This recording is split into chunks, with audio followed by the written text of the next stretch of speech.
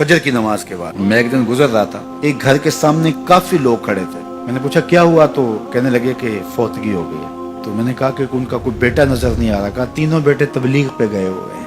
मैंने कहा अच्छा, माँ की फिर अचानक तबीयत खराब हुई होगी, कोई हार्ट का मसला बन गया। कहा नहीं, माँ फालिज में मुब्तला थी। मैंने कहा फिर तो बहुत ज्यादती है कि माँ फालिज में मुब्तला और तीनों बेटे तबलीग पे गए। माँ को जरूरत है और बेटा जाके पीर के दरबार पे बैठा है। गौसे आजम भी हैं तो फैज नहीं मिलेगा।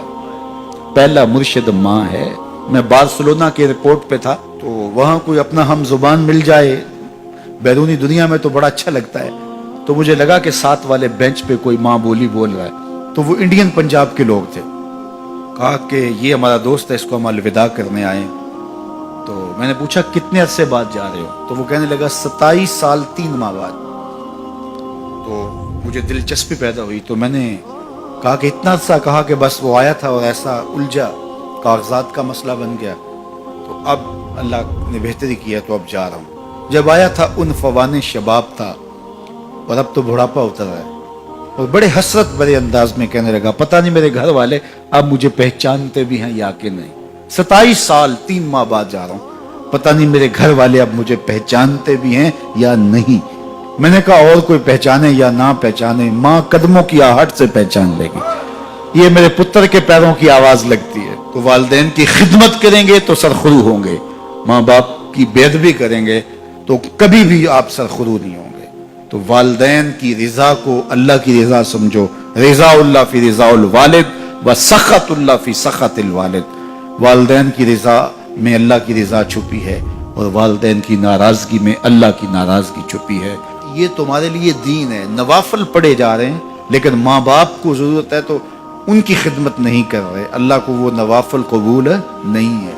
माँ के कदम दबाओ, बाप के पाँव चूमो, तो तुम्हारे नवाफलों से बेहतर तुम्हें जब वो दुआ देंगे अल्लाह अपनी रहमतें तुम्हारे ऊपर नाज़िल कर देगा। तो उनकी खिदमत करो। एक शख्स जहाद का इज़्न लेने के लिए हुजूर की खिदमत में आया, हुजूर मैं जिहाद पे जाना चाहता हूँ। कितनी बड़ी बात है, 6ठा रुकन है इस्लाम का। लेकिन आका करीम क्या बोलते हैं, अहय्युन वालिदा का, क्या तेरे वालिदैन जिंदा हैं? काला नाम, का जी हुजूर जिंदा है। काला फफी है मा फजाहिद, कहा जा उनकी खिदमत कर, यही तेरा जिहाद है।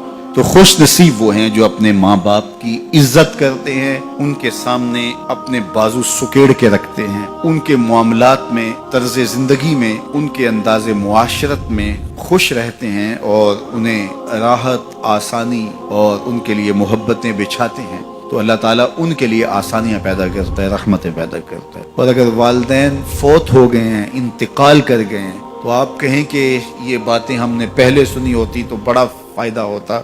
अब तो वालिदैन इस दुनिया से जा चुके हैं, तो अब हम उनकी खिदमत कैसे कर सकते हैं? उनके लिए दुआ करें, उनकी रूह भी आपसे राज़ी हो जाए। उनके लिए जुमअतुल मुबारक के दिन सूरा यासीन पढ़े जाके उनकी कब्र पे, तो उनकी भी मग़फ़रत हो जाएगी, आपकी भी मग़फ़रत हो जाएगी। ये वालिदैन के साथ उसने सलूक का नतीजा है। वालिदैन की रिजा जोई हमेशा मलहूज रखो। जो खुश नसीब अपने वालिदैन को राजी रखे हुए हैं उन्हें मुबारक देता हूँ। और अगर बदकिस्मती से मेरे सुनने वालों, दोस्तों में, पीर भाइयों में, मिलने वालों में किसी के माँ बाप नाराज हैं, तो वो देर न करे, बहुत जल्द उनको राजी कर ले।